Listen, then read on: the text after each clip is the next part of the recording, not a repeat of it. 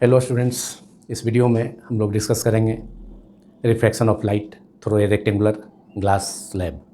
कांच की आयताकार सिल्ली से प्रकाश का अपवर्तन, which is part 6 of chapter 10 light reflection and refraction of class 10 physics. इस टॉपिक को एनसीईआरटी टेक्स्ट बुक में क्लास 10 के साइंस के बुक में एक्टिविटी के रूप में दिया गया है तथा इसे प्रैक्टिकल एग्जामिनेशन में भी एक्टिविटी के रूप में डिमॉन्स्ट्रेट करने के लिए पूछा जाता है।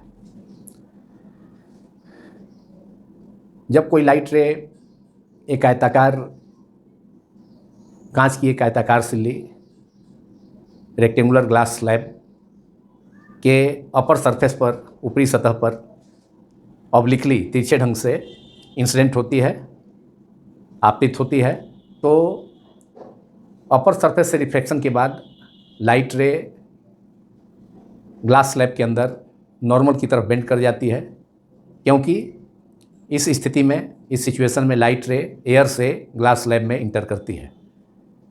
तो ग्लास स्लैब में जाने के बाद, इंटर करने के बाद लाइट रे का स्पीड घट जाता है और उसके कारण लाइट रे नॉर्मल की तरफ बेंड कर जाएगी। इस प्रकार ग्लास स्लैब के अपर सरफेस से, ऊपरी सतह से लाइट का रिफ्रैक्शन के बाद, प्रकाश का अपवर्तन के बाद लाइट रे नॉर्मल की ओर, अभिलंब की ओर मुड़ जाती है, बेंड कर जाती है, तथा अगेन रेक्टेंगुलर स्लैब के बॉटम सरफेस या लोअर सरफेस पर अगेन इंसिडेंट होती है, पुनः आपतित होती है। अब यहाँ पर फिर से एक बार लाइट का रिफ्रैक्शन का सिचुएशन है कि लाइट अब ग्लास स्लैब से एयर में रिफ्रैक्ट होगी, अपवर्तित होगी, इंटर करेगी। तो उस सिचुएशन में ग्लास स्लैब डेंसर मीडियम है और एयर रेयर मीडियम है। तो जब लाइट रे, पिछले वीडियो में हम लोगों ने देखा था कि जब लाइट रे किसी डेंसर मीडियम से रेयर मीडियम में इंटर करती है तो उसका स्पीड बढ़ जाता है। रेयर मीडियम में, विरल माध्यम में प्रकाश की चाल, स्पीड ऑफ लाइट बढ़ जाता है, जिसके कारण लाइट रे नॉर्मल से अवे, नॉर्मल से दूर डेविएट हो जाती है या बेंड कर जाती है। तो इस प्रकार जो इमर्जेंट लाइट है या रेक्टेंगुलर ग्लास स्लैब के बॉटम सरफेस या लोअर सरफेस से रिफ्लेक्टेड लाइट, अपवर्तित प्रकाश ग्लास स्लैब से बाहर निकलने पर, हवा में बाहर इमर्ज होती है, बाहर निकलती है, तो वह इंसिडेंट लाइट के पैरेलल होकर बाहर निकलती है, लेकिन इंसिडेंट लाइट के ओरिजिनल डायरेक्शन से साइड वाइज शिफ्ट हो जाती है। साइड वाइज शिफ्ट हो जाती है लाइट के ओरिजिनल, इंसिडेंट लाइट के ओरिजिनल डायरेक्शन से। ग्लास स्लैब से इमर्जेंट लाइट इंसिडेंट लाइट के पैरेलल होकर तो बाहर निकलती है, लेकिन इंसिडेंट लाइट के ओरिजिनल डायरेक्शन से लाइट रे साइड वाइज शिफ्ट कर जाती है और इसे लैटरल शिफ्ट कहा जाता है। It is called lateral shift. Lateral shift is the separation between the emergent light और refracted light from the lower surface of the glass slab and the original direction of light ray. Light के original direction से जितना side wise light रे shift कर जाता है, उन दोनों के बीच का जो डिस्टेंस है या परपेंडिकुलर डिस्टेंस, उसे लैटरल शिफ्ट कहा जाता है। अब इस एक्टिविटी को, इस टॉपिक को, मीन्स ग्लास स्लैब से, रेक्टेंगुलर ग्लास स्लैब से लाइट के रिफ्लेक्शन को हम डायग्राम से हम लोग डिमॉन्स्ट्रेट कर सकते हैं। तो सपोज किया जाता है कि ये एक रेक्टेंगुलर आयताकार ग्लास स्लैब है, ये रेक्टेंगुलर ग्लास स्लैब है,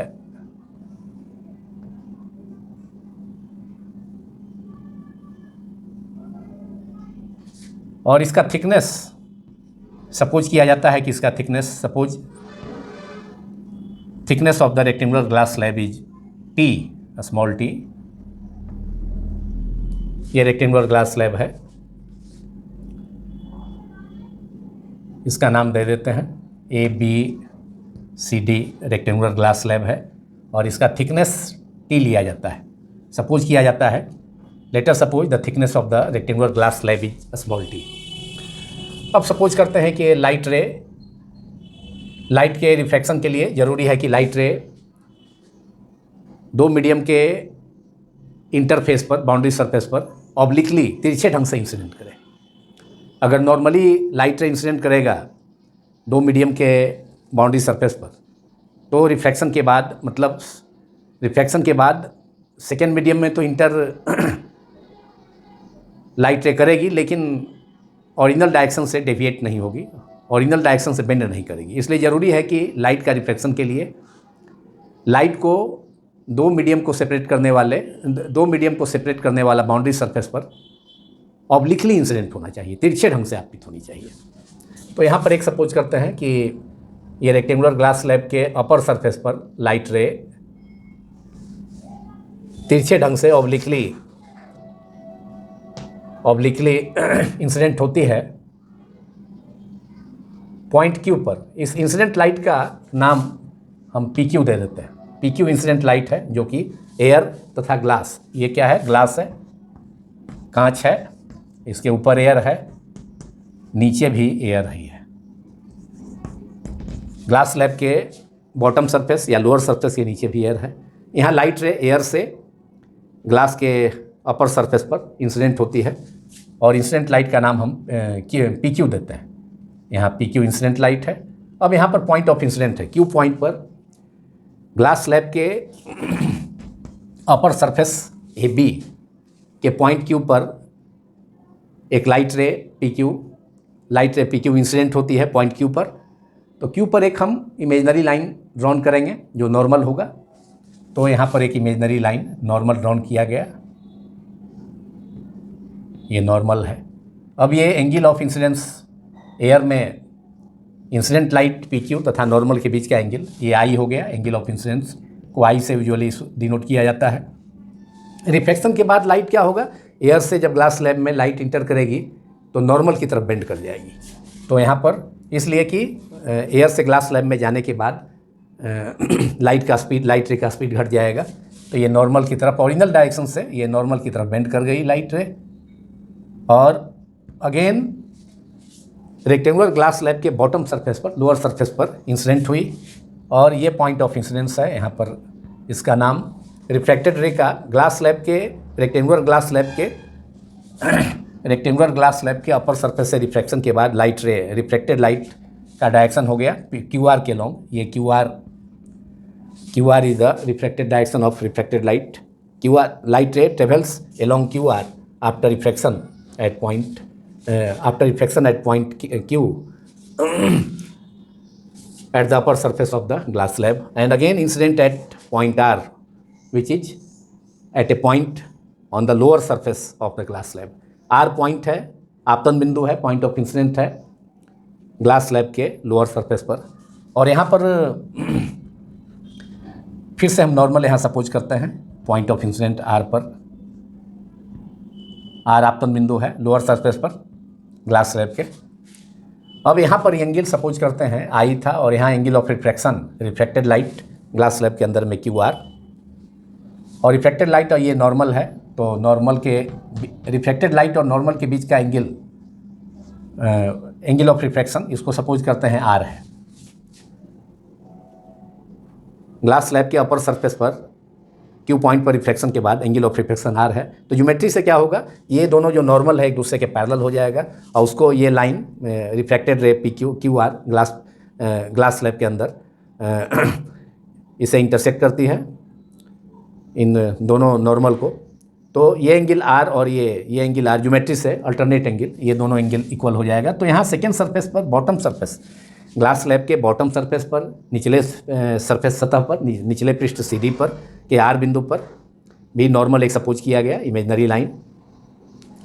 और यहाँ पर इंसिडेंट लाइट ग्लास स्लैब के लोअर सरफेस के पॉइंट आर पर क्यू आर है थे आर पॉइंट पर लाइट जो रिफ्लेक्टेड रहे फर्स्ट सरफेस से वह क्यू आर के अलॉन्ग ट्रेवल करके ग्लास स्लैब के बॉटम सरफेस सी डी के आर पॉइंट पर इंसिडेंट होती है। इसलिए यहाँ पर बॉटम सरफेस सी डी के लिए क्यू आर इंसिडेंट लाइट हो जाएगा, जबकि फर्स्ट सरफेस के लिए ए बी के लिए रिफ्लेक्टेड लाइट है। तो यहाँ पर ये एंगल भी कितना हो जाएगा, जितना एंगल आर है तो ये भी एंगल ये आर ही हो जाएगा from the geometry alternate angle are.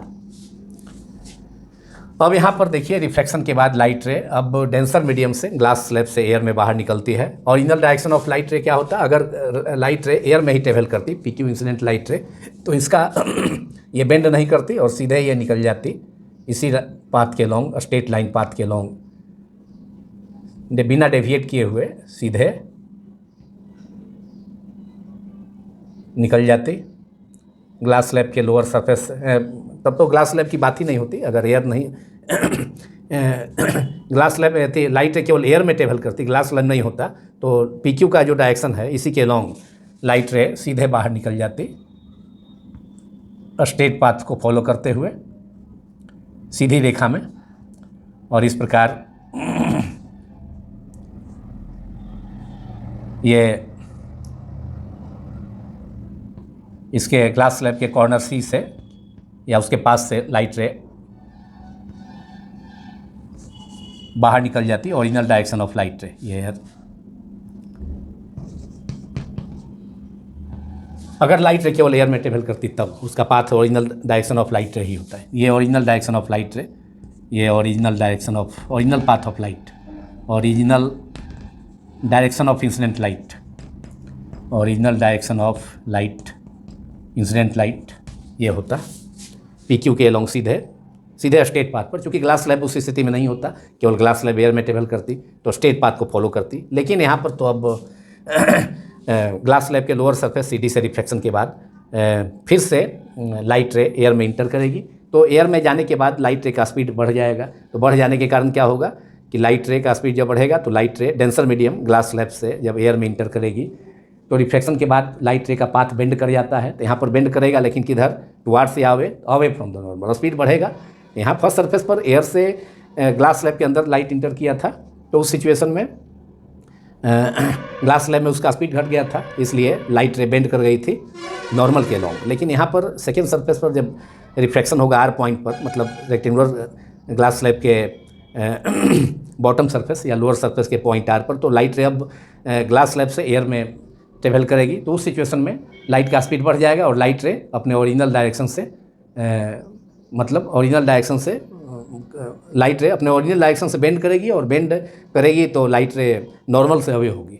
तो ओरिजिनल डायरेक्शन तो ये होता है इसका, सीधे ऐसे जाती लाइट रे। अगर ये ग्लास स्लैब ही होता थ्रू आउट तो इसका डायरेक्शन इधर होता डॉटेड से, ये डॉटेड पाथ के लॉन्ग होता। लेकिन इस डायरेक्शन से लाइट रे अब यहाँ पर थोड़ा सा नॉर्मल से दूर होकर के और इंसिडेंट लाइट के डायरेक्शन के ओरिजिनल डायरेक्शन के पैरेलल होकर के बाहर निकलेगी। देखिए यहाँ पर इंसिडेंट लाइट के डायरेक्शन के पैरेलल होकर के बाहर निकली। यहाँ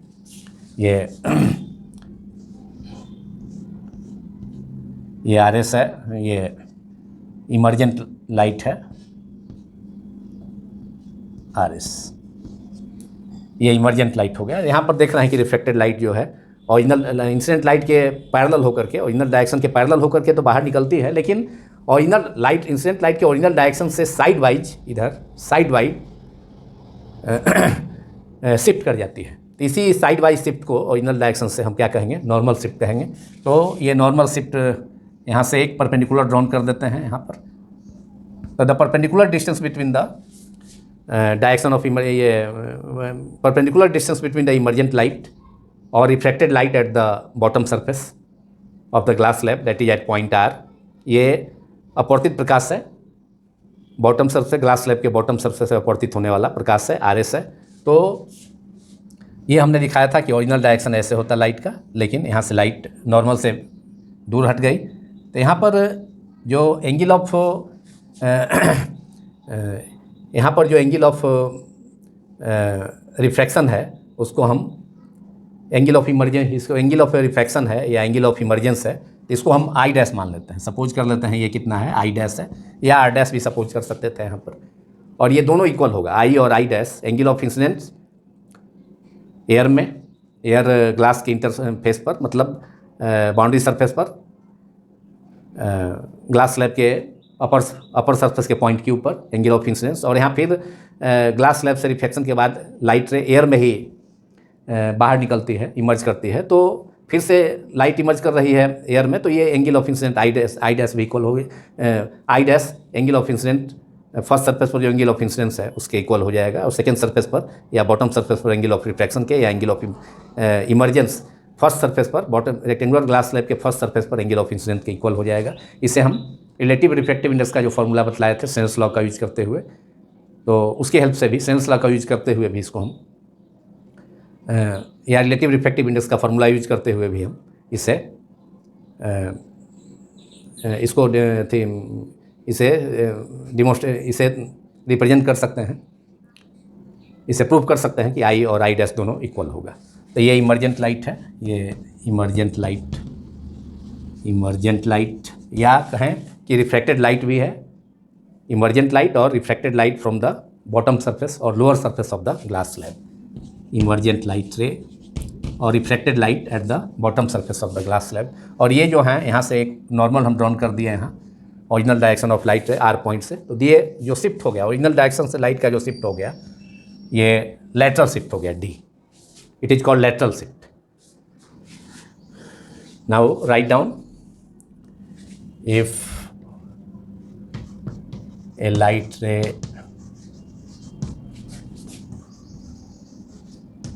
is refracted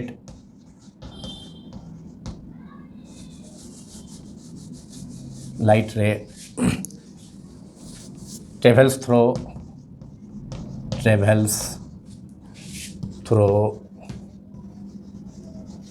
a glass slab, यहाँ ग्लास स्लैब है जिसका थिकनेस टी से डिनोट किया गया है, glass slab. If a light ray travels through a glass slab, then after refraction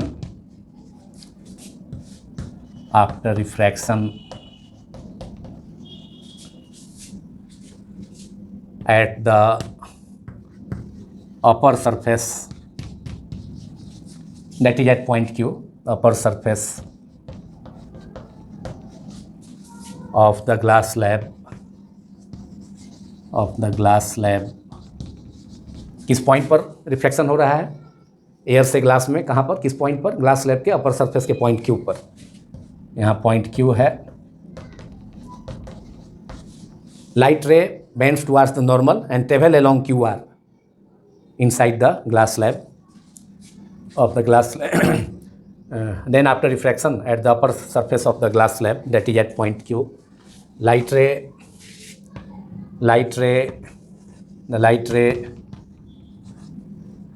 ray bends towards the normal,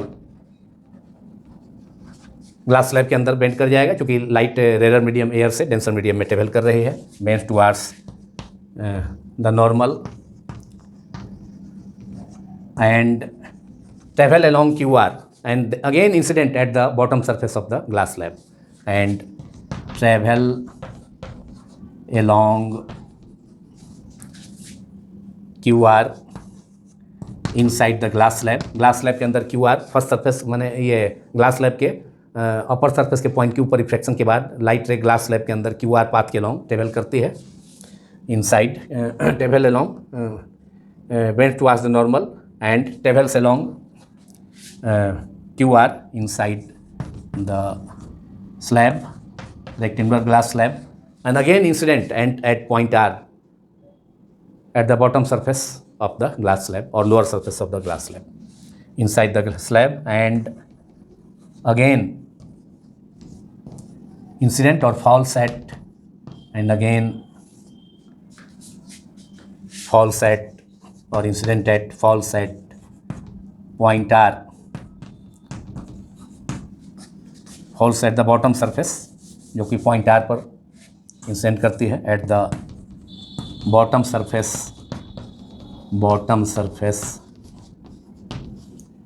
that is point R, capital R point bottom surface पर point of incident R हो गया, falls at the bottom surface R of the slab, rectangular glass slab of the slab.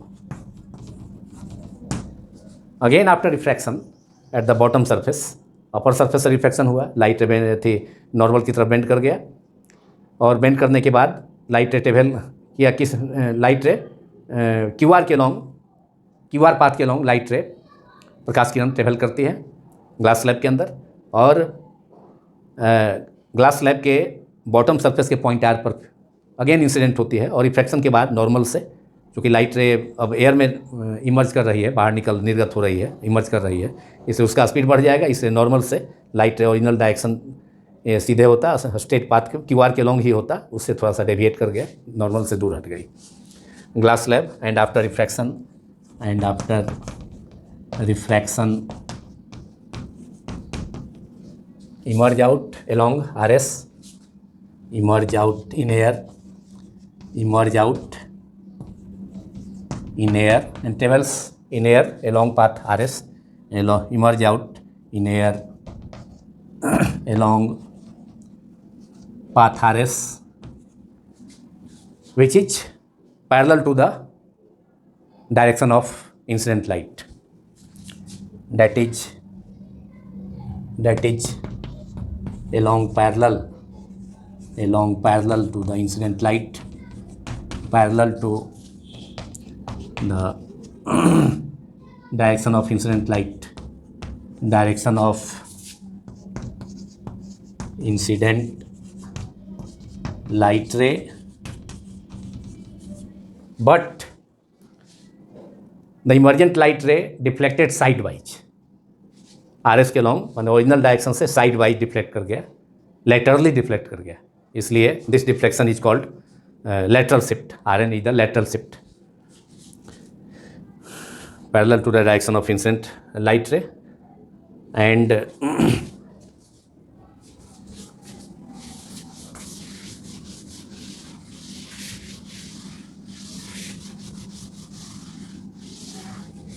And deflects sidewise, that is laterally. Sidewise means laterally, sidewise deflect कर गया इधर left side में RS के long, sidewise. और ये कब हुआ?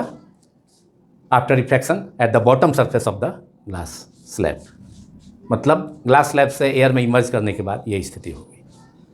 तो which is called deflected side wise.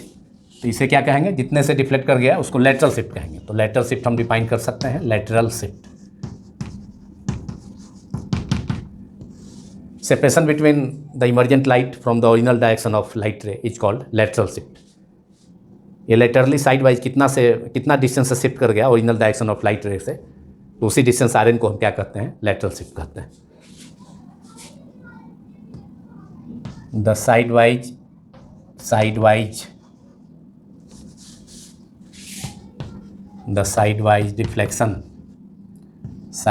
deflection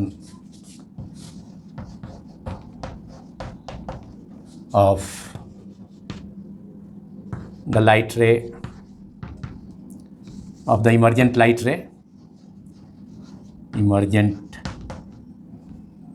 ray,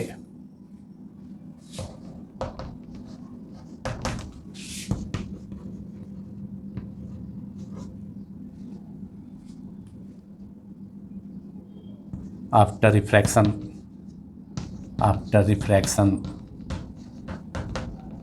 through a glass slab,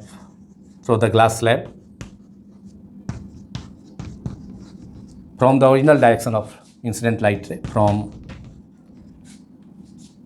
the original direction of the incident light ray, and this distance, this shift d through a small d, which is called lateral shift. That is the perpendicular distance between the original direction of incident light and the emergent light ray is called lateral shift from the original direction of incident light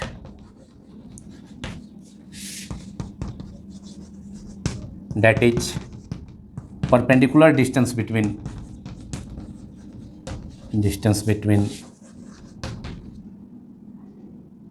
the emergent light and the emergent light ray and the original direction of light ray and the original direction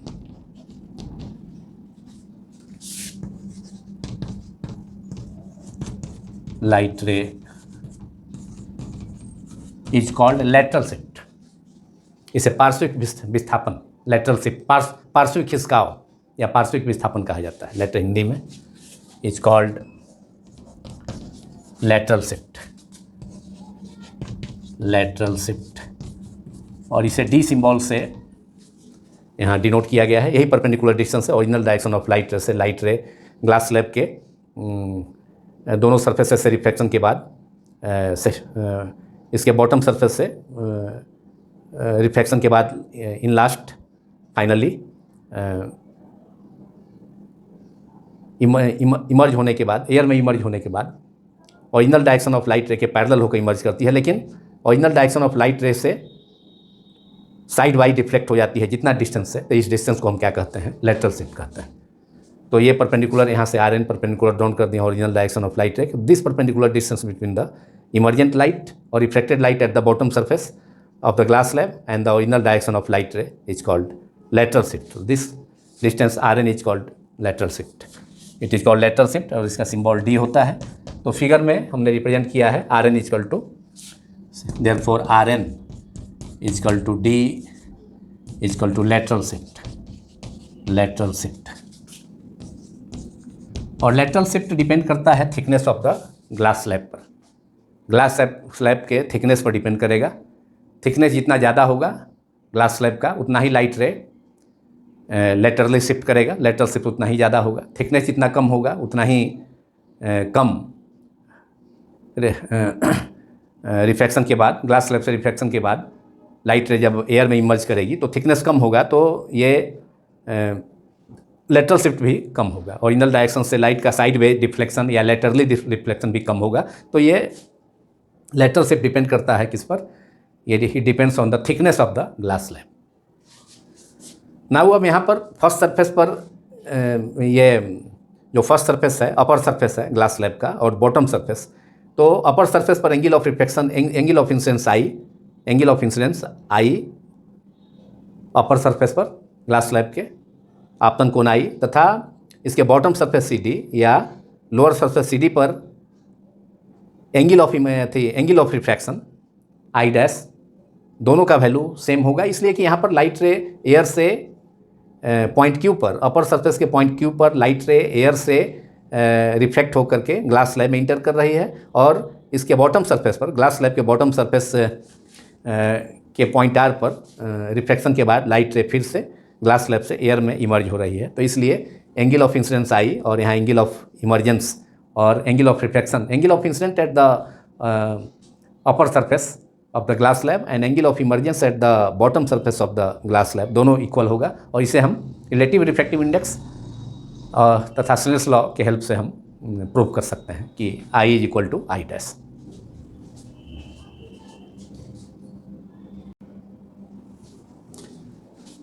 now we have to show that I equals to I dash, that is angle of incidence at the upper surface of the glass slab is equal to the angle of refraction or angle of emergence at the bottom surface or lower surface CD of the glass slab, दोनों equal होगा।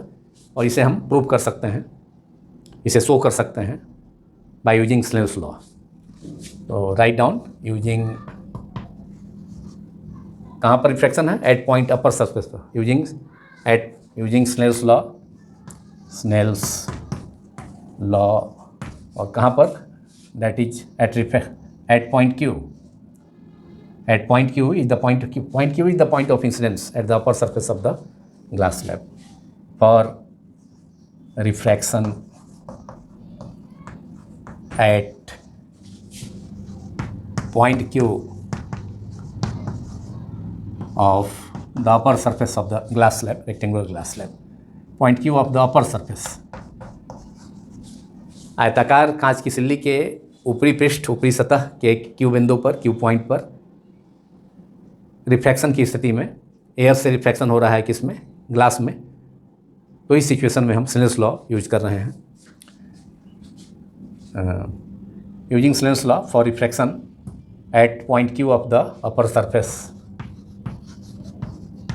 Surface या upper face of the glass slab, that is refraction from air into glass. यहाँ refraction हो रहा है, refraction of light from air to glass, air into glass refraction.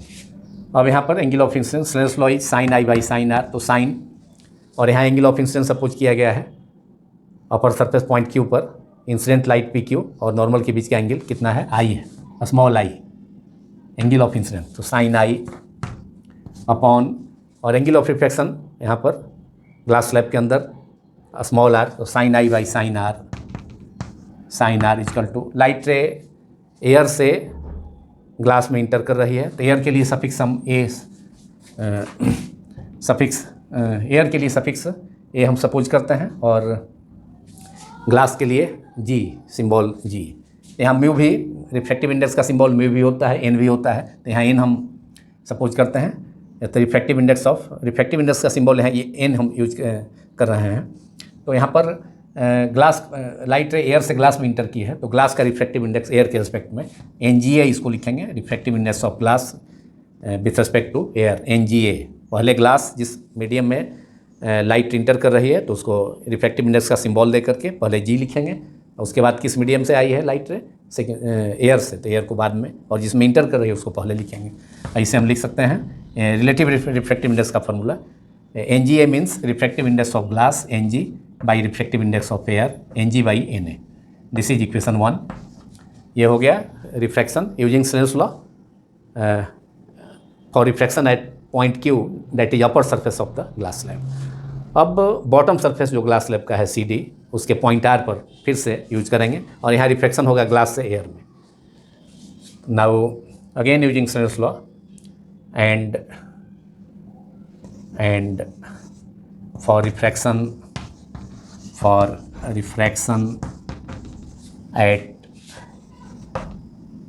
point R at the bottom surface, that is point R, bottom, at the bottom or lower surface, bottom surface, निचले सतह पर आयताकार सिल्ली के rectangular glass slab के निचला पृष्ठ CD के R point पर, R बिंदु पर अब प्रकाश आपतित हुई है QR के लॉन्ग ट्रेवल करके ग्लास स्लैब के अंदर, QR पाथ के लॉन्ग ट्रेवल करके रेक्टेंगुलर स्लैब के निचले पृष्ठ के बॉटम सरफेस के R बिंदु पर फिर से आपतित हुई है लाइट से, इंसिडेंट हुई है फर्स्ट सरफेस के पॉइंट Q पर रिफ्रैक्शन के बाद.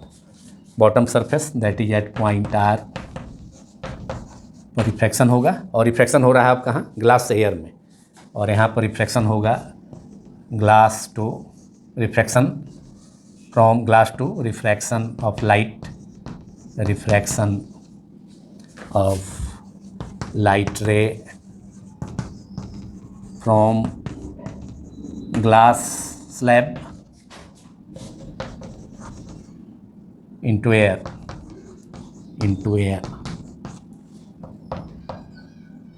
फिर से स्नेल्स लॉ यूज करेंगे, तो साइन एंगल ऑफ इंसिडेंस लो बॉटम सरफेस पर कितना है वो R हो जाएगा ज्योमेट्री से. Angle of refraction first surface के लिए ग्लास स्लैब के अंदर R है, तो ये अल्टरनेट एंगल R होगा, तो ज्योमेट्री से ये भी angle of incidence at the second surface, bottom surface of the glass slab that is at point R is small r. Angle of incident at the bottom for the bottom surface is small r. तो sine i के जगह यहाँ पर bottom surface के लिए angle of reflection r हो जाएगा. ये r है तो ये भी ज्योमेट्री से स्मॉल r. साइन आई के जगह r हो गया अपॉन साइन r, और एंगल ऑफ इमर्जेंस हमने या angle of refraction second surface पर, बॉटम सरफेस, ग्लास स्लैब के बॉटम सरफेस पर एंगल ऑफ रिफ्रैक्शन इमर्जेंट रे या रिफ्रैक्टेड रे और नॉर्मल के बीच का एंगल को सपोज किया है आई डैश। तो एंगल साइन आई के जगह साइन आर हो गया यहाँ पर angle of incidence bottom surface के लिए, और angle of refraction sine I dash.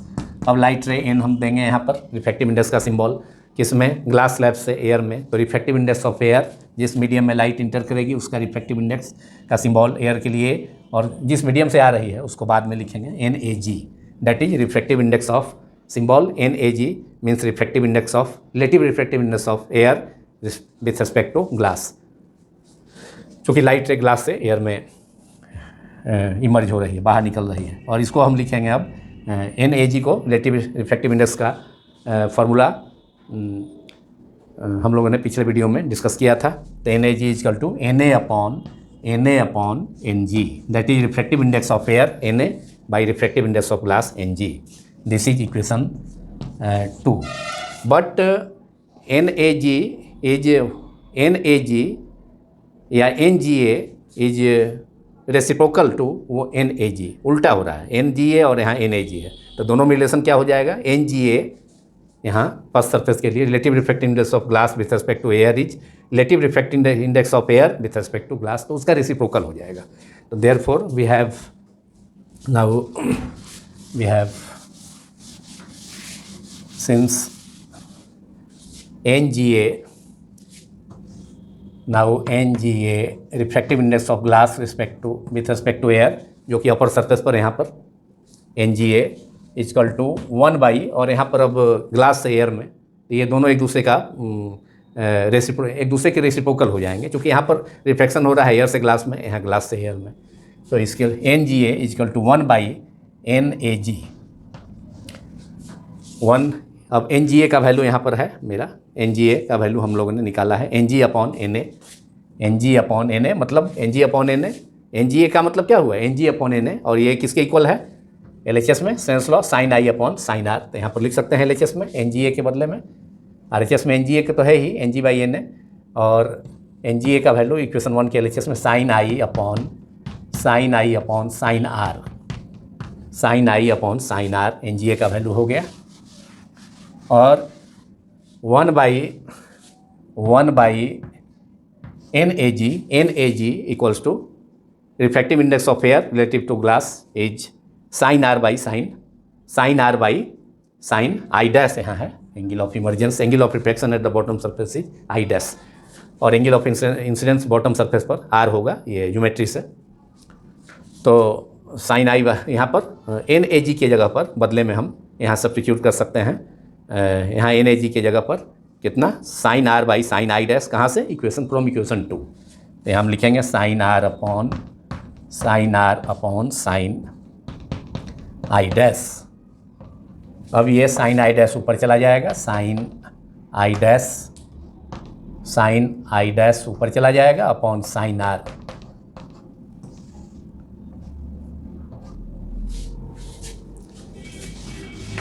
अब नेक्स्ट स्टेप में हमारा रिजल्ट आ जाएगा, जो हमें प्रूफ करना है, जो हमें शो करना है कि ग्लास स्लैब के फर्स्ट सरफेस पर एंगल ऑफ इंसिडेंस आपतन कोण,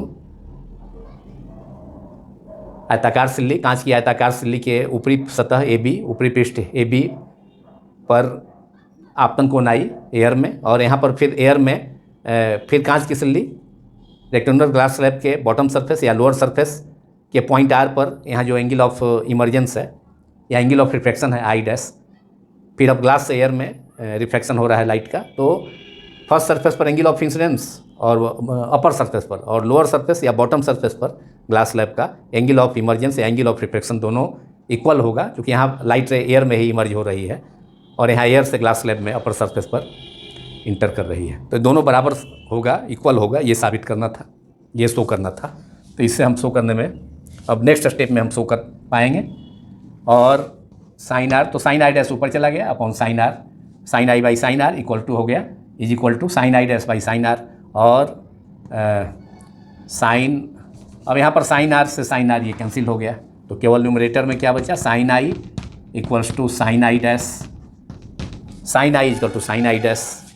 अब हमारा रिजल्ट आ गया, देयरफॉर आई इक्वल्स, दोनों तरफ साइन है तो इसलिए I equal to I dash, proved. हमें ये शो करना था कि फर्स्ट सरफेस पर angle of incidence glass rectangular glass slab के आयताकार कांच की सिल्ली के ऊपरी जो पृष्ठ है फर्स्ट अपर सरफेस से भी, वहाँ पर एयर में जो एंगल ऑफ इंसिडेंस है आपतन कोण है हवा में, और फिर हवा में ही जो बॉटम सरफेस उसके ग्लास स्लैब के ही बॉटम सरफेस पर एयर में ही जो एंगल ऑफ इमर्जेंस या एंगल ऑफ रिफ्लेक्शन है निर्गत कोण या अपवर्तन कोण बॉटम सरफेस पर हवा में ही, और हवा में आपतन कोण ग्लास स्लैब के ऊपरी सरफेस पर अपर सरफेस पर, और ग्लास सरफेस के बॉटम सरफेस पर हवा में ही एयर में ही एंगल ऑफ इमर्जेंस या एंगल ऑफ रिफ्रैक्शन दोनों इक्वल होगा। तो I equal to I dash, और ये हमें शो करना था, हमें प्रूव करना था, ये प्रूव्ड हो गया। This is proved. तो इसी प्रूफ के साथ ये topic reflection of light through a rectangular glass slab कांच की आयताकार सिल्ली से प्रकाश का अपवर्तन समाप्त होता है। अगले वीडियो में जो पार्ट 7 होगा उसमें हम लोग डिस्कस करेंगे लेंस से रिफ्रैक्शन।